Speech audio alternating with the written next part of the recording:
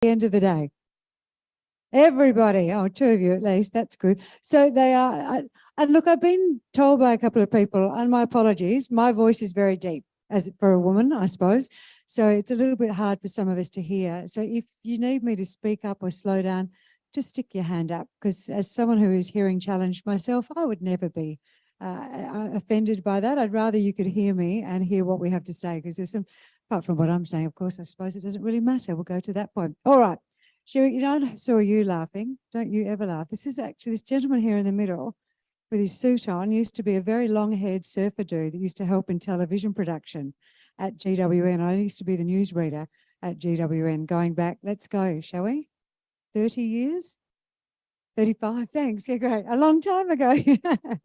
But now he does intelligent things like make money on the stock market and listening to all of you, so which is what we'd all like to do. And we can do that if I let us get on to our next investor. Robert is joining us up on stage. And this is something different, something a little bit different from the normal. Chats of a whole new industry here in Western Australia with our first presenter. The company is Desert Metals, a Western Australian company. They're actually exploring for rare earth elements, nickel and copper. And they've recently announced an exciting new discovery up near one of my favourite places of the world is Meekatharra. And it is. It's a very interesting little place to go if you've ever got the opportunity to go through, especially when the wildflowers are going. But you guys are looking for something that's there every day of the year and could be making us money every day of the year. So we listen with interest. Robert, would you please welcome the Managing Director of Desert Metals, Mr. Rob Stuart. Thank you, Chrissy. And those of you who know Meekatharra will know that that's exactly what it looks like all the time. It's lovely and green, fresh, beautiful place to explore. At least it has been for a lot of the last year or two when the cyclones have come through. A number of years ago, I was looking after nickel exploration, near-mine nickel exploration at Leinster and Mount Keith for the world's biggest mining company, who had recently entered into a joint venture with Norilsk Nickel, Russia's largest mining company, to have a global exploration portfolio. There were great plans and fanfare associated with this, and I was host to a delegate, a number of Russian geologists that came out, and these guys were really Russian. They were wearing odd singlets, and they didn't speak a word of English, etc. And I was proudly showing them the core from Mount Keith, one of Australia's largest nickel mines. And I don't know how many of you have seen the core from Mount Keith, but it's black rock, and you need a hand lens to see the little specks of nickel sulfide that are within these rocks. And these guys were coming from Norilsk, the Norilsk Talnak intrusion, and they'd sort of hand over the core and Vladimir, что ты делаешь? Ну, да, по-моему, это совсем самое плохо. What does that mean? That means, converted into crocodile speak, that's not a knife. A couple of years later, I was transferred by BHP into Moscow, and I got the opportunity to go up to Norilsk, and I got the opportunity to look through their core shed, and I realised why they were rather unimpressed with what I had gleefully shown them from Mount Keith. The boxes and boxes of solid metal and nickel and copper mineralisation, and the richness of their deposit made me start to think about why we were exploring for these komatiite nickel deposits within Western Australia, and why we weren't exploring for the nickel copper intrusive deposits around the Craton margin that had been where the giants had been discovered in places like Russia and Canada. So the seeds of Desert Metals started at that time for me, although I didn't return back to Australia and start Desert Metals until 2018. By 2018, a company called Sirius had beaten us to it somewhat, and were exploring in what was then an extremely unfashionable part of the world in the Albany Fraser. They had the ground all to themselves.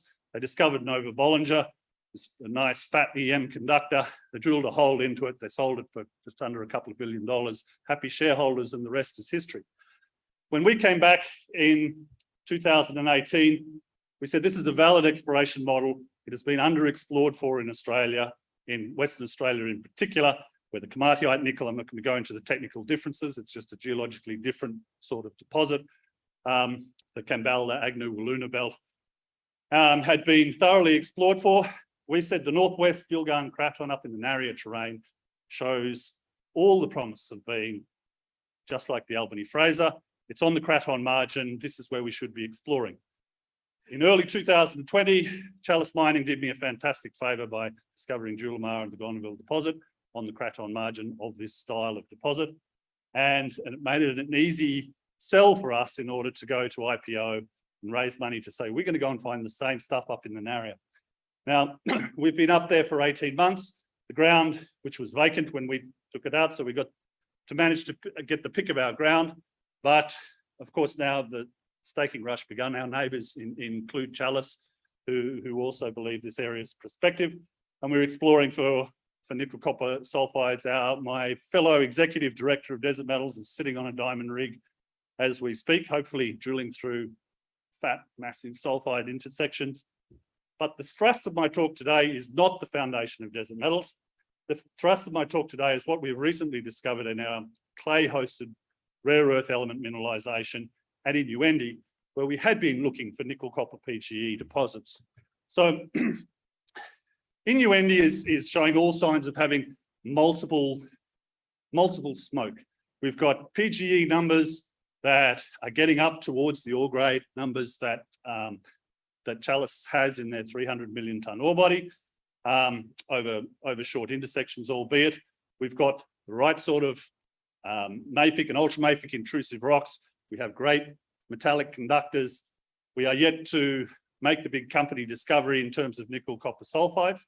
However, in the process of following up these PGE anomalies, we did extensive air core traverses and well aware that a number of our competitors and a number of our neighbours were concentrating on clay-hosted rare earths in terms of their exploration program. We were taking notice of what we were getting in terms of rare earths. Now, as it happened, the grades and the thicknesses that we were getting were extremely comparable with our neighbours, and as a junior microcap company, you take what you find, and we had realised that we had piggybacked on the prospectivity of the area for rare earths. We are still getting decent nickel copper PGE hits here.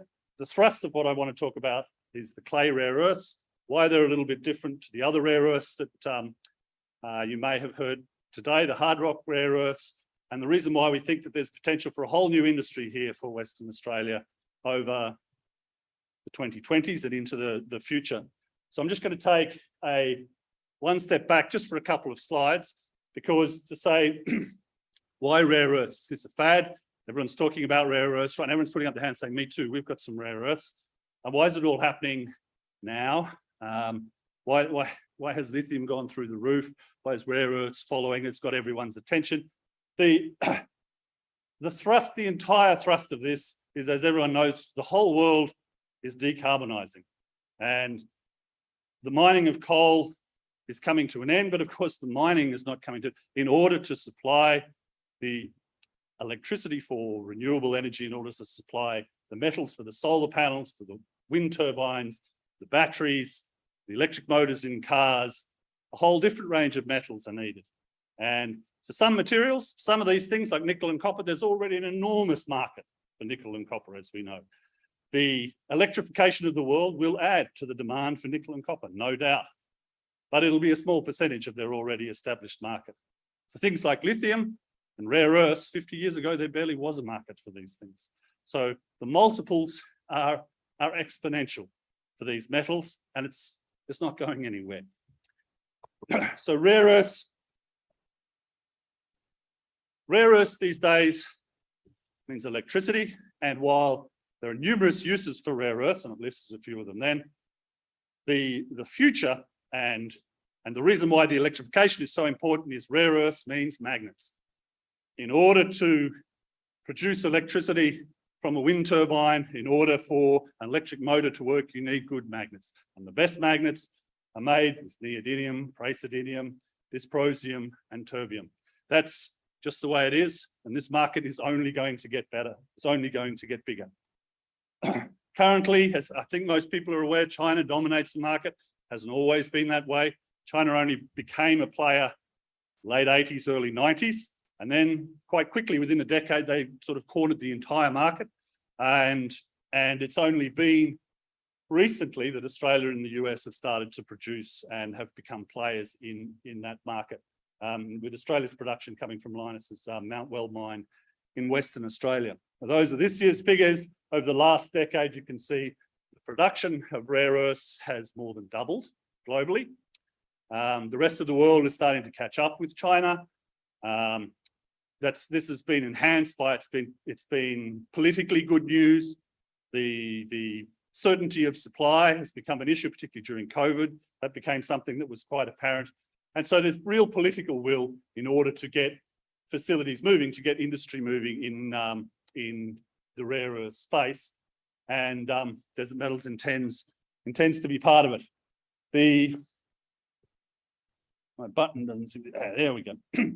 I just put this slide up to show the prices of, particularly of the magnetic rare earths, neodymium, praseodymium. If you look at the previous slide, where production over the last 5 years has doubled, prices have tripled. So this demand is being absorbed well and truly by the market, and we haven't even gotten started yet on the electrification of the world, and the world is electrifying. That train has left the station. The world will be needing more of these metals, a lot more of them. This slide, forgive me for the complexity here in this slide. This was just meant to highlight that the clay rare earths are something different from the hard rock rare earths. They're a secondary weathered product. As a granite or an alkaline intrusive is weathered, it's depleted in potassium. The kaolinite clay that's left, the aluminous silicate, will have a weak negative charge, which will attract a cation. A rare earth cation will be attracted to be loosely bonded. It's sometimes as easy as putting this stuff on a leach heap and putting a salt solution through it to pull out the cations, replace it with a sodium cation. The big difference, the reason why the grades in clays can be so much less than the hard rock is because of the processing. The processing is anticipated to be quite straightforward in order to produce a valuable product.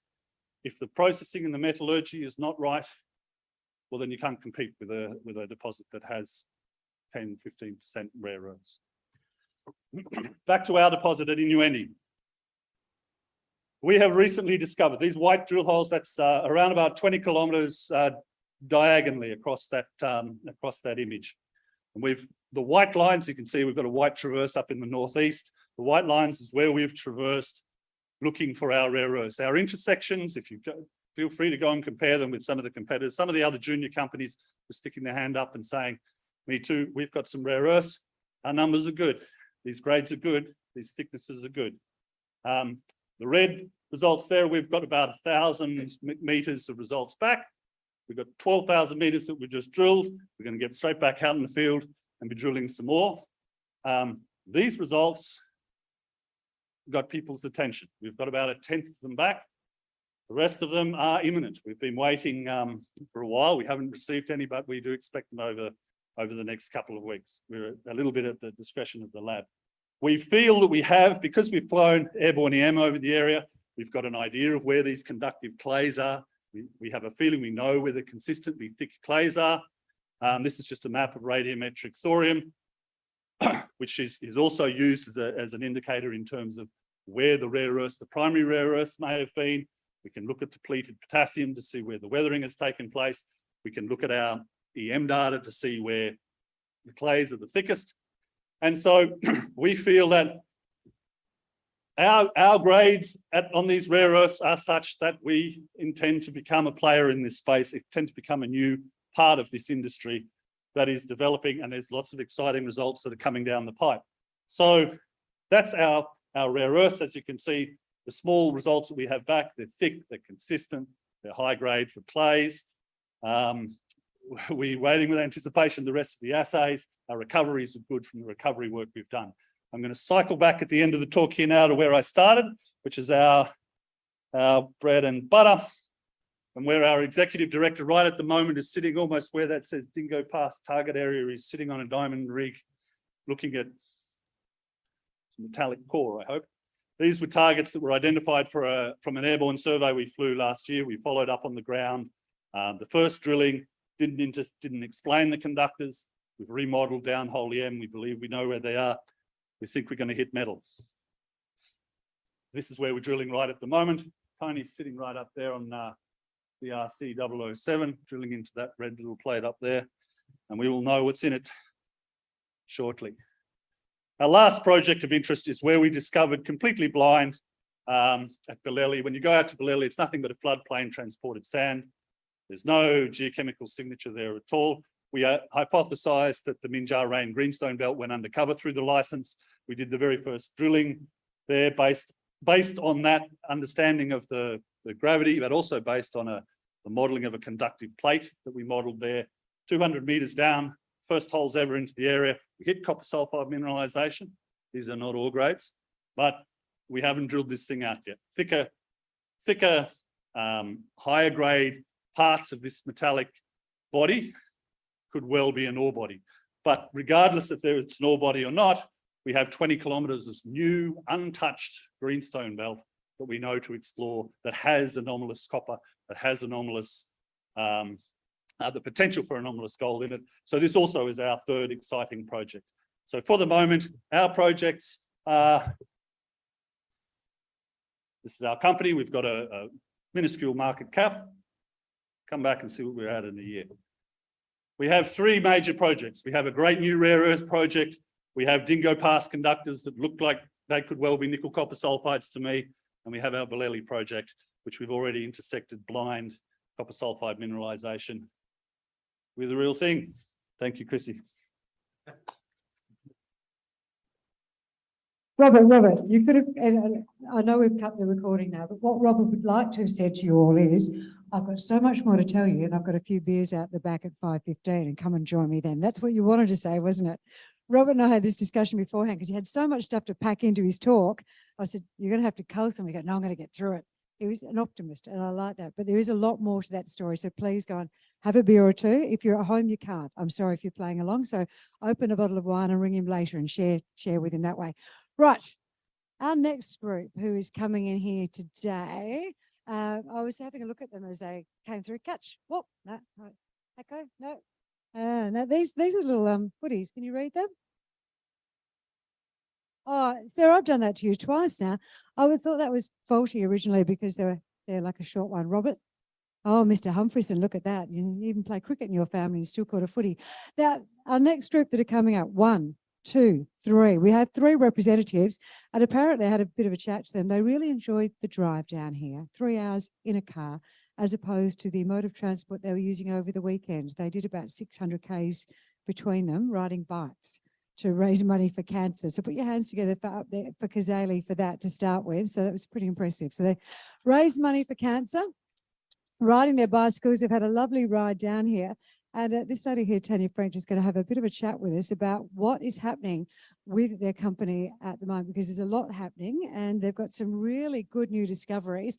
And I think that the excitement of that might have been part of what has been fueling them to get here today. Would you please make them welcome, everyone?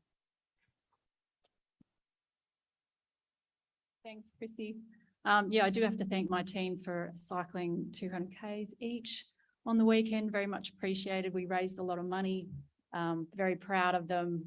We're also very passionate about the work we do and our projects. So I'm just going to explain a few of those to you now.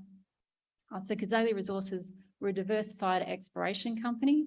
We've got a number of exploration projects across a range of commodities. We actually have a few too many to go through today because it's a very short time frame. So it's our usual disclaimer.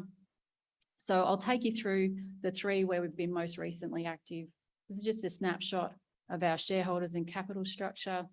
You can see managers and directors hold about 10% of the company. Our share price at the end of last month was 3.5 cents. We've got a market cap about 13 million. And at the end of the financial year, we had 10.8 million in cash and investments. So we're well funded to progress with the work that we need to do, and pretty cheap. Backing us is a great board and management team. So we've all got a significant amount of experience. I'm happy to say the board's dominated by geologists. A lot of boots on ground experience. We've got discoveries under our belt, and many of us have taken a number of projects through to mining. So today I'm going to focus on these 3 projects. The first project I'll talk about is our Halls Creek project. So this is located in the Kimberley. I'll discuss the recent work we've been doing on the Bomi prospect, which is a large porphyry copper target. I'll also touch on the work we did recently at the Mount Angelo North, which is an existing copper, zinc, silver resource. The second project I'll talk about is our Ashburton gold copper project. So this is in the Ashburton Basin. It's a very large scale play. It's a greenfields project, a large land holding, relatively underexplored, which is surprising, but there's still quite a bit of ground out there that is underexplored. It's early stage exploration, but we've had some really interesting results to date. So I'll explain those to you in a minute. The other thing we did was took an option to earn in to this project in North Queensland, the Van Rock project. So that's a new mineral province with tier 1 potential. That was an exciting play. We were testing a polymetallic target there. We did a single diamond hole. You can see there we've intersected some sulfides, but we're still waiting on the assays on that. So these are our other projects. We have a critical minerals project in Namibia. Again, a large scale project at the greenfield stage, about 70 kilometres in strike. This is underexplored, but it's prospective for copper, cobalt, manganese, zinc, and also lithium. So we've planned some more on-ground exploration there. That's due to be carried out probably in the next 6 to 12 months. The other project we have, 100% Cazaly, is our Yabby gold project. So this is in the Laverton Greenstone Belt. Most of us are familiar with that area, multi-million ounce district. It's again, early stage exploration project. However, the work we've done to date has identified several kilometre long gold anomalies. So that project's ready to move to the next stage. We also have a number of joint ventures, one at Mackenzie Springs and one at Mount Venn, where we retain an interest, and that's nickel graphite project and a gold copper nickel PGE project. Because they also hold some royalties and equity interest in iron ore projects, and I'll talk about that a little bit later on after I cover the projects. That one. Okay, so the first project I'll talk about is our copper Halls Creek project. A little bit of background, we're 25 kilometres to the southwest of the township of Halls Creek. The project area covers the Halls Creek Mobile Zone and the Coongie Park Volcanics, which are prospective for gold, copper and nickel. We're in good company there. We've got Panoramic's Savannah Nickel Copper Cobalt Mine just off the map actually. Oh, sorry guys. Just off the map to the northeast. And in our project area alone, we've already got one existing VMS deposit at Mount Angelo North, and we're currently working on our Bomi porphyry copper target. So Cazaly only recently acquired this project we had full ownership back in December 2020. Since then, we've done some on-ground geophysics. We also jumped in and did some RC and diamond drilling at the Mount Angelo North deposit. And this was to upgrade the mineral resource to be compliant with the JORC Code 2012. In December 2021, we delivered on that resource, and that's reported here at 1.7 million tonnes, 1.4% copper, 1.4% zinc, and 12.3 grams per tonne silver. So you can see that deposit has some pretty interesting and significant intercepts, 64 metres at 2.7% copper and 37 metres at 6.1% zinc. The interesting thing about that deposit is it is small, however, there is a line of EM to the south on that target. It's picked up a conductor, so there is potential for growth there as well. Once we completed the exploration there, we moved on to the Bomi porphyry copper target. This is an exciting play. It's about 2.5 kilometres southwest of the Mount Angelo deposit. You can see there that's the surface geochemical contours. So it has anomalous copper, zinc, manganese, and and bismuth at surface. And it extends for about 1,200 metres along strike, and it's 800 metres wide. So, I mean, it's indicative of a large mineralised system that's also backed by some great, very broad copper intercepts, 92 metres at 0.4% copper and 178 metres at 0.3% copper. So we've recently completed a drilling program which consisted of about 16 holes for 3,400 metres. This gives us a drill spacing of about 100 metres across and 100 metres along strike. This will provide us with enough information to estimate a maiden mineral resource, and we're hoping for that to be announced by the end of this year. And work has commenced on that as we speak. So you can see we got some really good results from this drill program as well.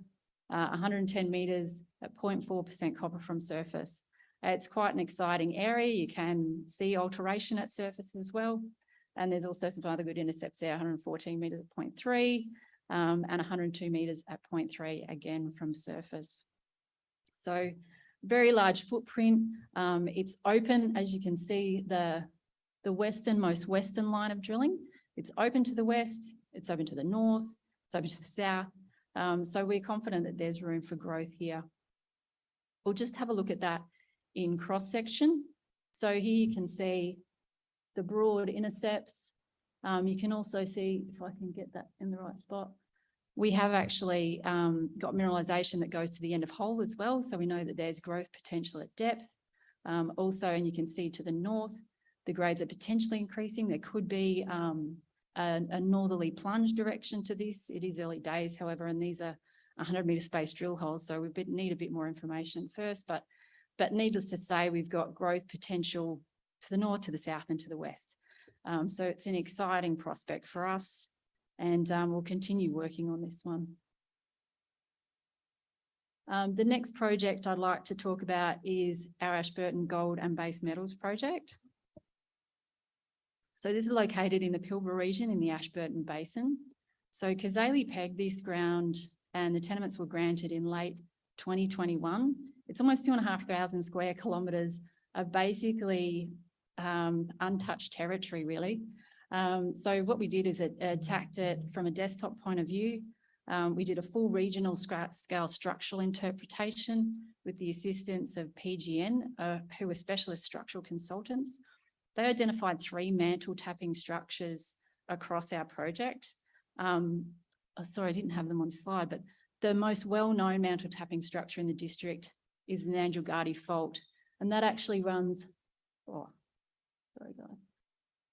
along the edge of the Pilbara Craton here, and that's associated with these million-ounce deposits at Poulson's and also at Mount Olympus. So we're really encouraged by that. So we then endeavoured to undertake on-ground exploration to advance the project. So to date, we've collected over 1,700 soils, streams and rock chip samples. This is the first geochemical database, regional database in this district. So it's quite a powerful data set that's identified gold and base metal trends over 70 kilometres strike. And the very exciting thing about that is that these trends match up with the mantle tapping structures. So we know we've got fluid pathways in the district.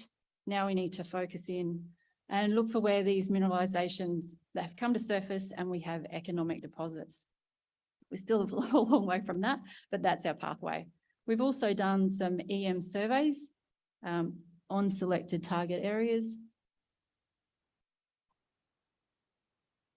So block 1 to the north on the Nanjalgardi fault, and then also a block in the central zone and a block in the southern zone.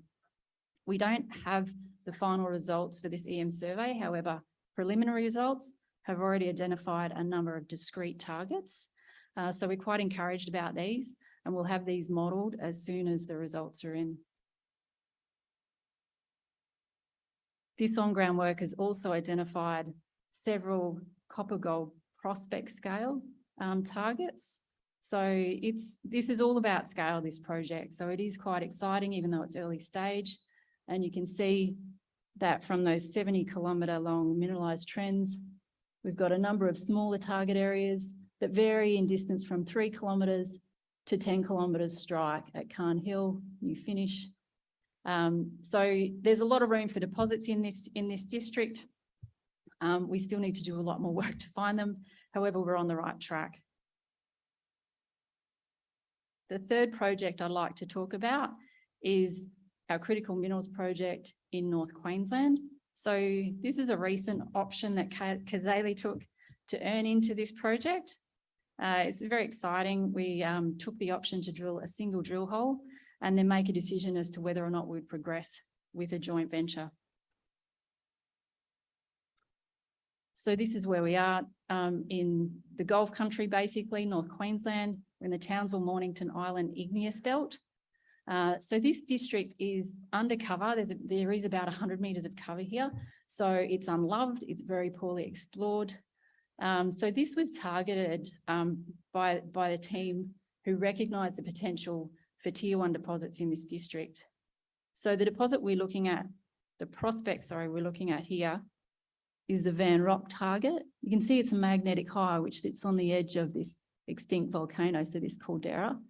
So this is a model that's taken from the Andean type silver, tin, zinc mineralisation. It's akin to that sort of style. That's what was targeted in the district. There's signatures of that sort of anomalous mineralisation with A1 and A2 prospects just to the south. You can see on the corner of the image there. So we drilled a single hole into this magnetic target to 521 metres. We did intercept, as I showed before, some sulfides. We also intercepted disseminated sulfides. However, assays are still pending. So we will be making a decision on this project once we get the results in. Nonetheless, it's an exciting play and there's potential to be the first mover here in a new space. The other thing Cazaly has done of recent times is divest some iron ore assets. So this generates equity. Also, we have equity and we also have a royalty that will be incoming in the next 18 to 24 months. So we sold Parker Range to MinRes in 2019 for $20 million. We returned almost half of that to shareholders, and it also set us up well to fund our exploration. So that royalty is 50 cents a tonne after the first 1 million tonnes produced. Our other iron ore asset in the Hamersley was recently spun out into Equinox. And there we retain a 15.7% equity and also a royalty. And Equinox are there to drive the project through to development. So why are we a good investment opportunity? We've got a really strong track record for project generation. We value add and de-risk each project through good on-ground exploration and effective exploration, and we can drive projects through to resource development. We maintain a pipeline of projects and we divest these to generate income. We have a great solid cash and investment position here and a very experienced board and management to drive all of our projects forward. And I think that's evidenced by the last 2 years of work that we've done. Thanks, Chrissy. Thanks everyone for your time.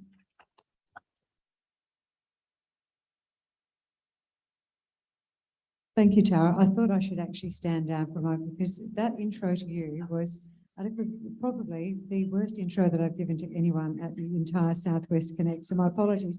I had this little thing worked out that I wanted to do with you all. And do you remember those hearing aids that those of you who are in the room, I told you about the $9,500 ones? As I was starting to speak, a call came in from the Uber driver that was picking up my daughter in Perth, and the Uber driver proceeded to tell me that I needed to come out the front and kind of ruined my flow of thought. So my apologies there. It was not as coherent as it should have been, but thank you so much for that. And it's good to see a really happy geologist as well. You're really excited about your project, which was really good. Right, let us move on to Indiana Resources, and represented today by Executive Chair Bronwyn joining us up on the stage. Now she's going to tell us about the company's focus on rare earth elements and also gold exploration within a little place called the Central Gawler Craton Province, which of course is in South Australia. Would you please make her welcome, everyone? Thanks, Chrissy, and it's a pleasure to be here today.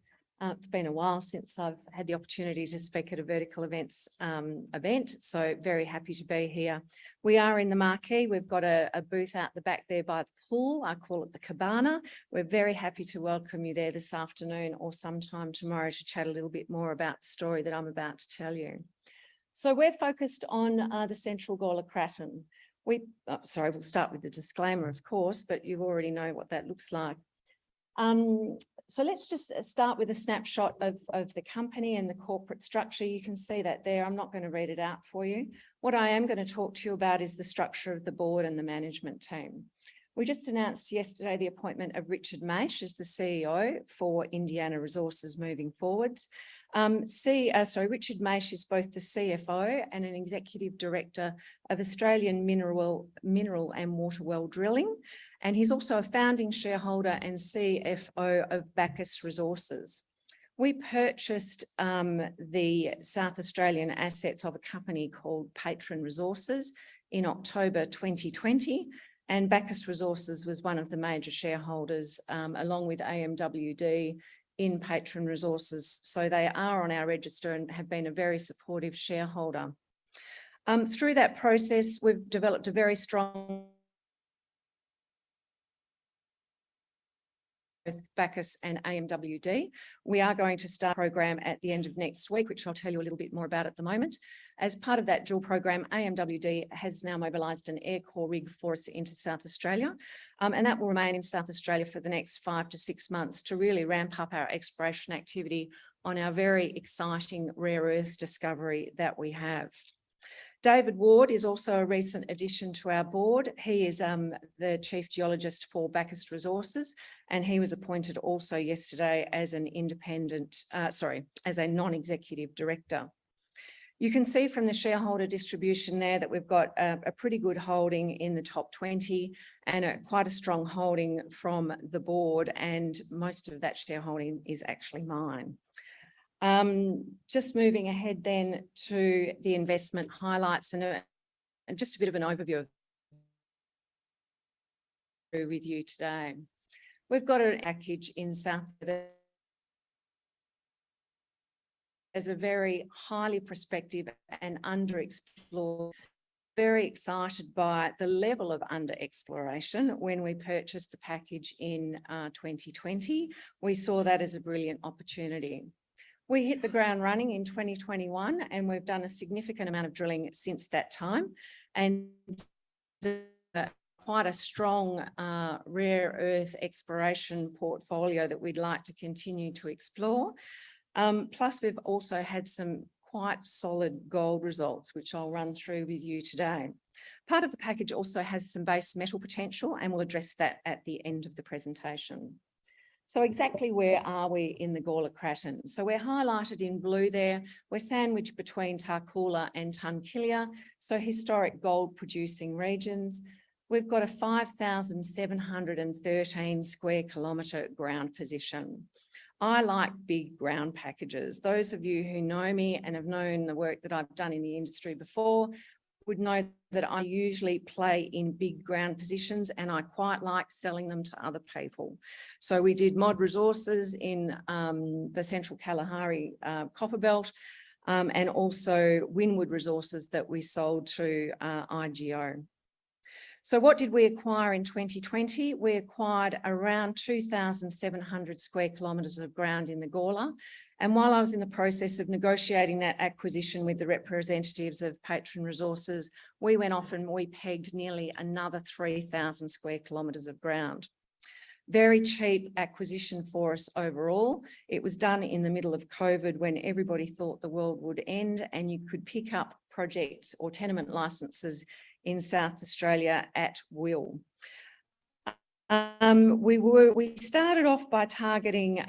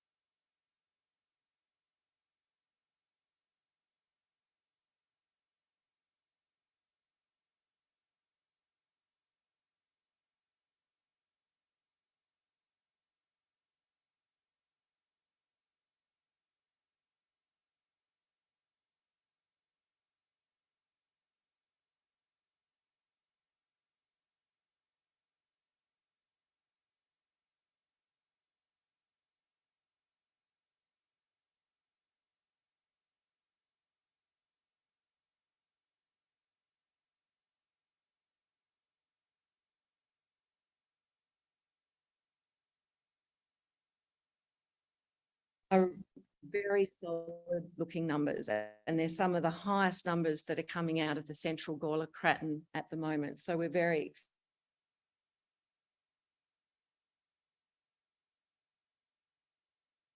excited by that.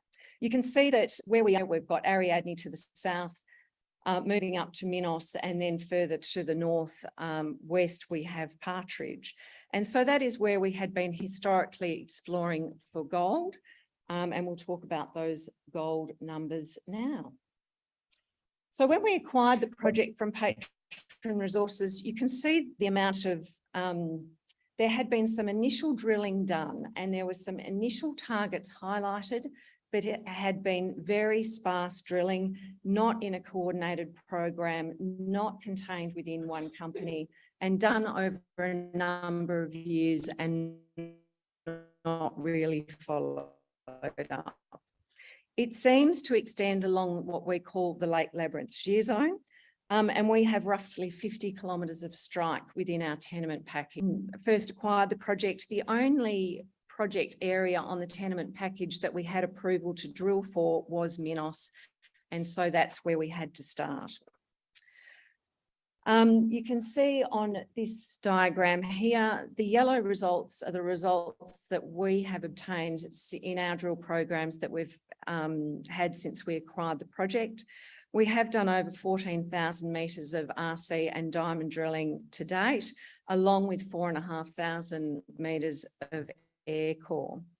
We're really excited by the gold potential of the Lake Labyrinth shear zone. We do think that the majority of this region remains untested, and we're keen to do more work. Those of you who follow the Gawler Craton may also be following Barton Gold, who's our neighbour, and they've also had a significant amount of activity in the Gawler and have also had quite promising results. So when you're starting to look at there's a high level of activity between ourselves, Indiana, Petrotherm, who's exploring for rare earths, and then also Barton Gold, who are continuing their programs. So just a quick look at the Minos drilling program that we had done. So you can see there that, I think you can see, you might be able to pick up on that diagram, that we are awaiting some additional gold assay results from an RC program that we completed in August. They are due imminently. There is nothing to suggest to us that the results that will be coming in will be markedly different from what we've already seen. We are looking at Minos as an area of a resource in the not too distant future. We then move on to the Ariadne prospect, which is to the south of Minos. What we'd really like to do here is join the drilling up between Minos and Ariadne over time. We think that there is the potential for the resource to actually continue along strike. And once again, we've got some really promising gold numbers in there from early programs. I'm now going to quickly flick on to the third part of the presentation and the ground package that we have, which is the Harris Greenstone domain. So you can see within the Greenstone domain that we have three separate belts in there: the Mulliner Well, the Hopeful Hill, and the Lake Harris Greenstone belt. Once again, it's been very sparse drilling that has been done. You can see there's basically just three little sort of areas where historic programs have returned some quite significant results. We're very keen to get onto this area of recently that we've completed title agreement for this area, and we will be moving to do heritage surveys in the lead up to Christmas, so we can get into this part of our tenement package and start some early stage prospecting work. What we have done, however, though, is talk to my old friend John Hronsky from Western Mining, and we did have him earlier in the year come in and do a review of the Hopeful Hill Greenstone belt. We've got a belief that this is quite a significant potential for a VMS zinc copper mineralisation in this region. We took the technical review that John Hronsky completed for us. We did apply to the South Australian Government for a co-funded exploration grant, which we received in the middle of the year. And we have planned an EM survey that will take place towards the middle of November. So we will have those results before the end of the year. We're really looking forward to being able to progress this as a standalone exploration project in the background, as we're also concentrating on our rare earths and our gold. So just running through what our near-term work program looks like. We're currently ready to drill around the 5,000 metre rare earth air core program at Minos. And with AMWD leaving the rig in the field for us, we're really keen to ramp up activity in the last quarter of this year and do as much exploration as we possibly can, particularly around the rare earths. Assay results from the August RC drill program are due imminently. We'll be progressing the early stage exploration for our base metals project in the southern part of the package. And from the October program for rare earth drilling at Minos, we expect to have those results into the market by mid-December. Which leaves me 1 or 2 minutes to give you a quick update on how my arbitration is progressing with the government of Tanzania. So many of you will have followed the story for some time and will recall that Tanzania expropriated Indiana's very high-grade nickel sulfide asset over an extended process in 2017 and 2018, subsequently advertised the asset for sale on its website in 2019. And so I subsequently started action through the World Bank to sue them for compensation. That has been now ongoing for some time. The final hearing is January of next year. So I'm almost at the end. We have been funded by a litigation funding facility for this. So there has been no cost to Indiana shareholders to pursue compensation through the World Bank. We're pretty confident that once we have the hearing in January, the final decision of the arbitration of the World Bank will be handed down probably in August or September of next year. And once I have an award from the World Bank, then I am able to seize Tanzania's assets in any country of the world that's a signatory to the World Bank. So what are we looking for? I'm looking for $100 million US approximately. Indiana's the majority shareholder of the historic Tanzanian subsidiary asset. So Indiana shareholders will be entitled to approximately 60% of any money that I recover through the World Bank process. So a quick investment summary overview for you. We've got a fantastic ground position in South Australia. You know, we dominate that belt in the Gawler Craton. We've got tremendous rare earth exploration upside. We've got strong commitments from our major shareholders to actively pursue a high level of exploration activity in the field using their drill rigs. The gold results will be out shortly, and we're very keen to continue gold exploration over the coming months. And we've still got the base metals to come on top of that. So I'll leave you with that. Thanks, Chrissy. Thank you very much, Bronwyn. Right. But, you know, there was a period this year when the shares of our next company skyrocketed 46% in 30 days. So what was driving it? What was driving the ups, the downs, the highs, the lows? How would we get on board? Presenter number 23 on day one is Bannerman Energy, and the opportunity for us here is uranium, Namibian uranium. Talk us through the investment potential. This is CEO Brandon Munro. Please make him welcome. Now, he is a lawyer. He is a clever man. He is a respected expert on uranium and the nuclear fuel cycle. He's currently serving on the World Nuclear Association's advisory panel. He lived and worked in Namibia from 2005 to 2019, and he is a strategic advisor to the mining charter to the Namibian Chamber of Mines. He knows his stuff. Would you please make him very welcome?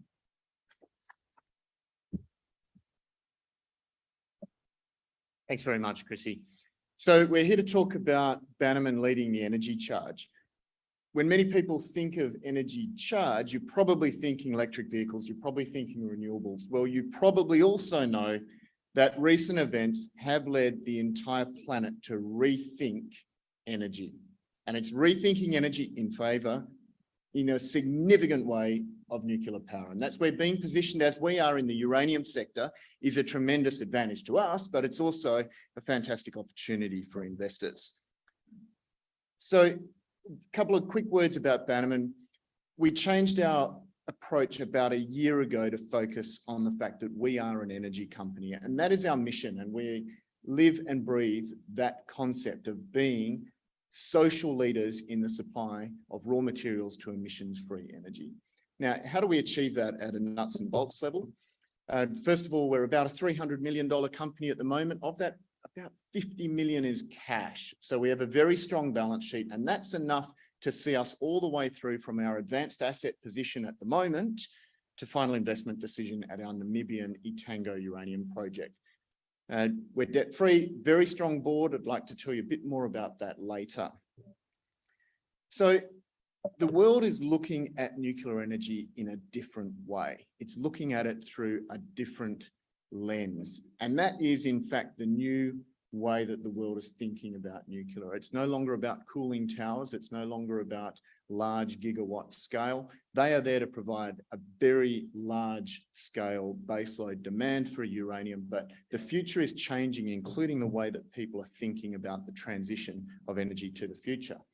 Now, the thing is, and what the world has learned brutally in the last 6 months, is the future of energy must, and I mean must, have 4 minimum characteristics. The first one is energy must be secure, as Europe has found out the very hard way. It must be reliable, as large swathes of the world are finding out as they learn that the firming that they've been promised with renewable energy is harder, slower, and more expensive than they thought.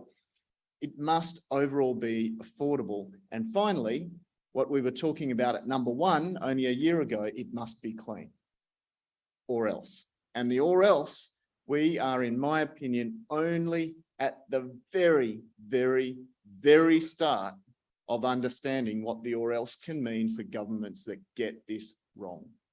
And Europe is just one example. There is an enormous amount of pain that will happen to economies, to lifestyles, to humans, for governments that fail in achieving all 4 of these characteristics. So let's look at it. Energy security. We knew all this from the 70s. Now, most of you in this audience would remember this, and we're learning it again. And the whole world is learning it. It's not just Europe. The rest of the world, particularly China, is going, well, we don't want that, do we? And nuclear power is one of the primary beneficiaries of the tragic events that we are seeing in Ukraine at the moment. In terms of reliable energy, number of factors are testing the resilience and reliability of grids in the face of greater penetration by renewable energy. And going forward, if you combine all the clean requirement with the reliability baseload requirement, you're only 2 options. Only 2 options are hydro, if you're lucky enough to have the presence of those systems in an environmentally acceptable way, or nuclear power. Then if you look at affordability, so we were taking electricity in the developed world, at least, for granted until this year. But it goes a lot further than that. It is a basic human right to be able to put a washing machine in your hut in Africa. And we sit there in our very comfortable existence in Australia, in the first world, or in Brussels, or in Tokyo, or wherever these decisions are being made, and we fail to understand that we will not get the developing world on board with our climate mitigation goals unless they can, at the very least, put a washing machine in their hut so they don't have to go to the swamp to wash their clothes. Forget about TVs and all of the rest of that. If we don't get this bit right, we are finished when it comes to mitigating climate change. And I wish all of the people sitting in their comfortable offices in Brussels making serious policy decisions about these energy matters would understand this. And finally, we know this. This is what we were talking about a long time ago. And then COP26 was a watershed moment, in particular for nuclear power and for the policymakers who make the big decisions about how to allocate their energy assets. So what does this all mean? Well, we don't really understand what's happening in nuclear power sitting in Australia because, we don't have it. There's a law against it. Most of our media is still anti-nuclear to one extent or another.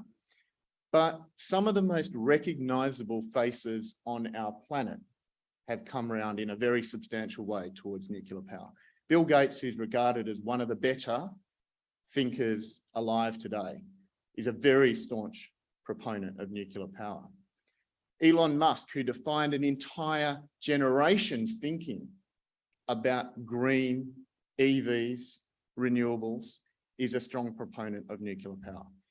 And the next phase will probably give you a big surprise if you haven't been following the news in the last week. Even Greta Thunberg has come across to understand that nuclear power is essential if we are going to tackle climate mitigation challenges. This is profound. This is affecting generations of public opinion around the world. And the net result of that is that we're going to need an awful lot more uranium. What we're looking at here is World Nuclear Association's upper scenario from their 2021 nuclear fuel report. We've got the uppercase demand there. This is existing supply, both secondary and primary.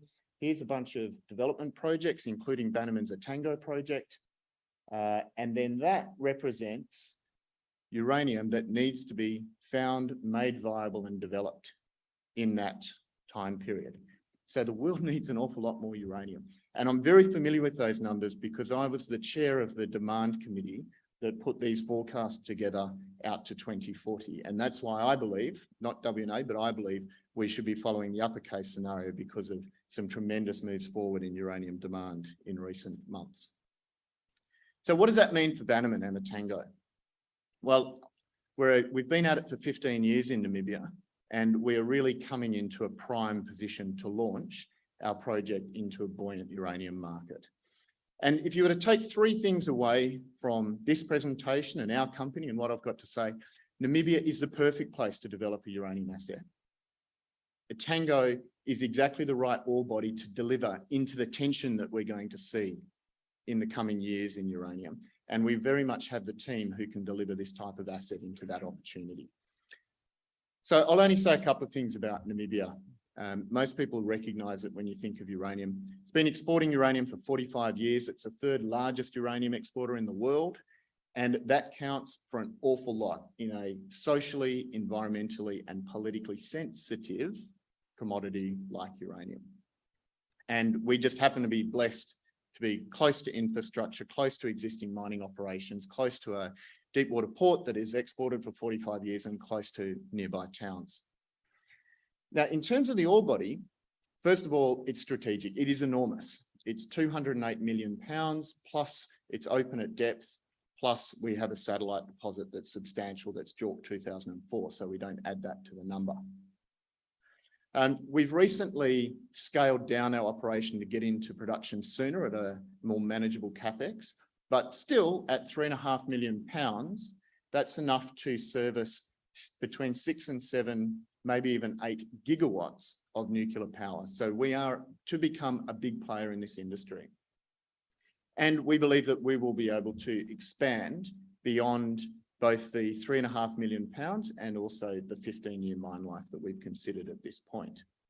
In terms of our team, first of all, we've got a committed, long-standing and extremely capable board. Most of those names have been with the company a long time, notably Ronnie Beaver, who's our chairman, Mike Leach, who's our chairman in Namibia and an NED on the main board. He was the managing director of the Rossing uranium mine, which is down the road in Namibia, the closest analogue to what we will develop. And also, you might have seen last week that we're actually very proud and rather chuffed to have appointed Alison Terry to our board. If you want a single line external validation of our ESG credentials, well, the executive who led sustainability for a $50 billion company has chosen us as her first board since leaving Fortescue. So I think you've got everything you need to know about our sustainability and ESG credentials right there. Now, in terms of management, we've got deep uranium experience. Chrissy said some very kind things about my background and also deep Namibian experience. So as well as living there, I've worked with the industry for a long period of time, as you heard. Mike Leach was MD of Rossing Uranium Mine. Werner Ewald, who's our MD in country now, was mining manager there. And we've even got the likes of Norman Green, who built the Husab uranium mine, providing oversight via our technical steering committee on our project. So we've got the people with the skills where it counts: uranium, Namibia, financing, sustainability. Now, a couple of words about our project. These are PFS outcomes. Now, the thing is, we are highly pregnant with the DFS right now. We're kind of 8.5 months pregnant here, making sure that we've got the ambulance on speed dial right now. But I'll tell you about our PFS outcomes so that you're locked and loaded, ready to benchmark those against the DFS when it comes out shortly. So it's 8 million tonne per annum throughput. And at that 3.5 million pounds per annum that I told you about, over a 15-year mine life, we'll mine and process and deliver 53 million pounds of uranium to start with, within that 208 million pound ore body. Now, we get a very good processing yield for heap leaching with a low strip ratio, and that results in a $39 a pound OPEX. At a PFS capital of $274 million and a uranium price assumption of $65, we're delivering a post-tax NPV of $222 million, payback over 3.5 years, and a healthy 20% IRR. We used $65. I would encourage you to take note of my opening slides and consider formulating your investment on a larger uranium price than that. And that's when you will start to see our leverage really respond very well as you look at the financial sensitivity of higher uranium prices to our project. Notably, it's very low technical risk, and we've de-risked it even further by building a demonstration plant that we've run for several years that you can see there. We have a mining license application in process right now. It's a conversion from a retention license, which is a shorter step than from exploration. And we've got the environmental clearances that we need for the project. A whole array of first-rate social programs that position us as a leader within Namibia complements the environmental credentials that we also have. So if I look then at what we're doing going forward and what the investment outlook is for people who choose to join the register. So first of all, we've got the mining license application. That's now a tick because we've got that in and the Namibian Ministry of Mines are looking at that.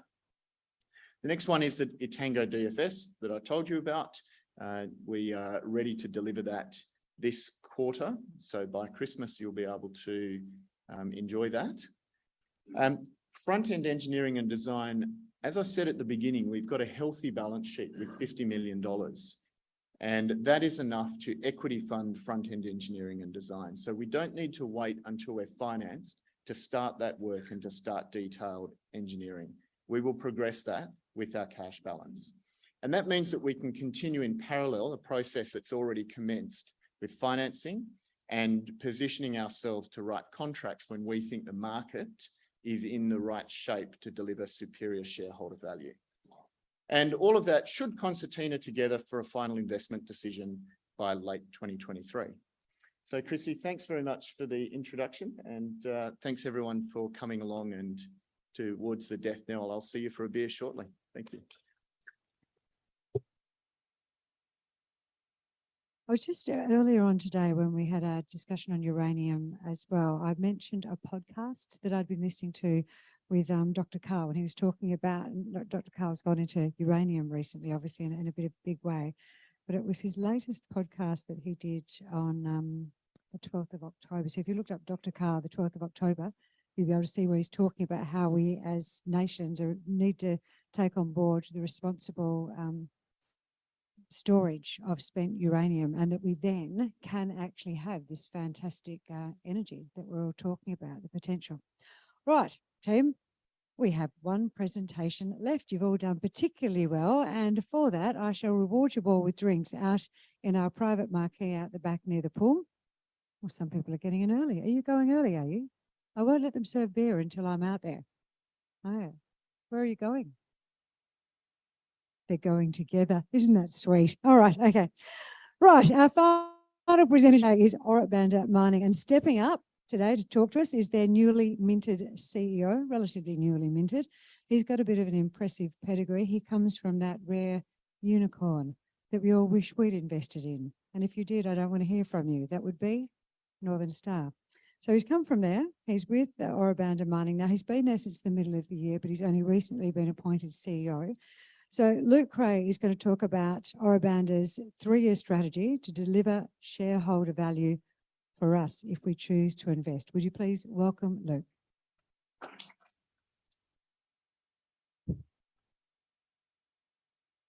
Awesome. Thanks, Chrissy. Thanks to Vertical Events and Canaccord as a major sponsor for the invite and the other sponsors as well. Let me just work out how this works. Look, I know it's late, so I'll be pretty punchy as I go through this. And if you've got questions for me, please come and see me after this. But the main theme of today is really to sort of talk about a little bit where we come from, where we're at now, and really the value add going forward, and that we're starting to make the right moves in the right direction. This is where we're at today. So we are improving. So 3 months ago, about a 3-cent share price. We're up to 8 cents now, 110 market cap. We've got a relatively new board. Peter Mansell's been there for a few years. Myself and Alan Rules have just stepped up to the board, and we've got a good management team. And our current register is 50% institutions, and we've got really good support from our major shareholder in Hawke's Point. And what I want to talk about here is probably just talk a bit about the past, and those of you who are aware of the story will know it well. Those of you who haven't, it's sort of something you probably hear around the traps a bit. But the last 20 years of this tenement package, it's been definitely not a success story. And the last few years under Eastern Goldfields and then Banda, it's been a pretty difficult story to watch, actually. So when they first approached me for the job, and I started looking at this, and I was at Northern Star, thanks Chrissy, which was a pretty awesome vehicle. I was like, absolutely not. I am not joining this company. And I spoke to the major shareholder, and they said, look, can you come up and have a look and just see what your thoughts? And it's only when I got up there, and if you read sort of the previous 12 months or the last financial year prior to this one, you sort of see why it's sort of looked pretty bad from the outside. But it's only when you get up there where you suddenly go, wow, like this is actually a pretty impressive tenement package. And so like when you put it on the screen, it doesn't quite cut it, but really, let me go back one. This here is about 120 kilometres of tenement package. And you've got 2 major structures ripping up through that are highly prospective for gold mineralisation. And you've got basically 100 kilometres of dotted old timer workings all along this. So when you look at that, it was hard not to be excited when I was up there for a couple of days. So then really the step back moment is sort of what's gone wrong. You know, what can you do differently to leverage value out of this rather than what's been happening in the history. And that's really when you start unpacking just when strategy goes wrong, I think. So it was really easy to get distracted by the gold anomalies and the amount of hits and the amount of old workings and the prospectivity of that belt. So it was really a large exploration play with a lot of potential. The other thing, it has a small mill on it that was almost ready to go. So 1.2 million tonne per annum mill, typically suited to sort of high grade. And the previous companies back in the 2000s that were making money were feeding a lot higher grade dirt. So what that means is high grade underground dirt, but then an open pit mining strategy. So when I was sort of looking at the macro, it's like those ingredients, like any one of them on their own work really well. When you put them together, it gets pretty difficult pretty quick. So when we looked at it and we said, right, okay, so park the DFS, which was low grade open pit mining with a small mill on an exploration play. Let's actually all get together and go, what can we do differently? Because previous few years has been pretty tough. And that's really when we started to go, okay, we can really focus on bringing high grade in. And then when you put it through that lens, you suddenly go, this place has a lot of potential. But what we really had to get out of is sort of a 5-year DFS that was trying to be held and into strategy. Like, what is the strategy we are to liberate value? And this was grabbing 20 leaders in the company. It is nice going from a massive company to a small company, just so you can get the key decision makers all together. That's a massive benefit. And we sort of about what are the key structural changes, like from a first principles perspective, that we're going to implement to go, hey, this is going to change the future. It's going to change for the better, and it's going to create tangible value for our shareholders. And this is what we came up in the short term. So it's really focused on the fundamentals. So don't sort of get, I guess, doe-eyed looking at the amount of anomalies. Let's start really honing in on, you know, the key structural controls, really dial in our geology, our boots on ground, basic principles, get them laser focused and right. And then really start looking at what we can do on the operations front. Because it was spread really thin, and then we pulled it back and started saying, let's focus and really optimize what we got. The other thing we did from a macro perspective, you can't see it well there, but the reserve calculations were done at 2,200. So essentially anything that made $1 at 2,200 would get into the mine plan, had a 450 odd thousand ounce reserve, didn't make any money.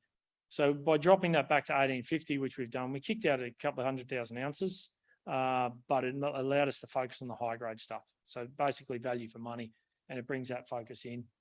And then the other big thing is this commitment to the exploration.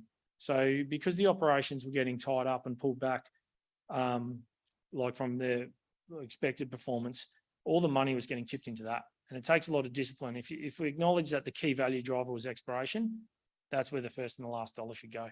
So it's just bringing the discipline back to say, hey, let's get the right energy in the right areas and go, you know, this will be the way to create value. So then the medium term, once we get started on that tenement package, the organic growth story is absolutely outstanding because the tenement package is so good.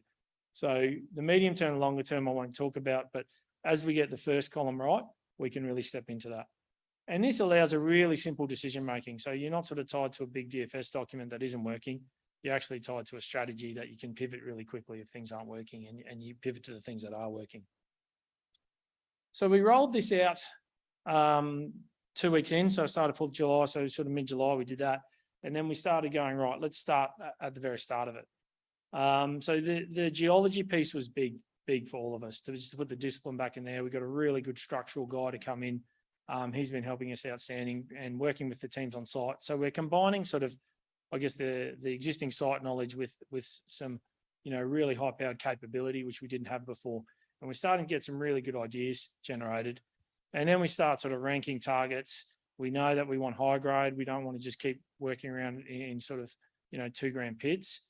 So then we can start actually going, okay, this is sort of what we're looking at. This is what we do to create value. And sort of this is how we can rank targets going forward. And then today we sort of released the first, I guess, results of this approach going forward. And the first one was Riverina. So Riverina is about 50 kilometres north of Davyhurst, which is where the processing plant is. But really this presented quite well. It was a sort of a low grade pit that got stopped just as it hit the fresh rock. But when we looked at it, we said, actually, this is pretty good. You've got a kilometre of strike. So the scale, that's a kilometre there. So a kilometre of strike, it's open at both ends in terms of structural perspective. The structural mapping sort of started opening up a few areas that we hadn't looked at that were highly prospective. Historically high grade, so 12 gram per tonne. Only mined very shallow, 120 metres. Already had a resource on it, 151,000 ounces at 6.6 grams. So when you really sort of peel this back, you go, this is a pretty good target to start with if we want to put a few drill holes on it. And then the other one is CapEx to start. Like basically, we just got to mine down about 15 metres in the pit and you can cut a portal and you're virtually in ore from the surface. So this one got a lot of our attention really quick. And it's amazing when, like, you know, you spread a lot of talent over a lot of deposits, you don't sort of get them worked up really hard. Riverina sort of, once we got everyone focused in on this one, it started to get worked up really well. And then it started to get pretty exciting. So we've started this phase drilling. And so, sorry, just before I get off this page. So from a plan view perspective, this is plan view.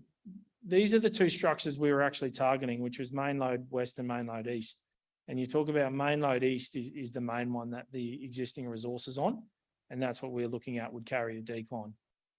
This structure here called the Murchison lode we considered was really low grade.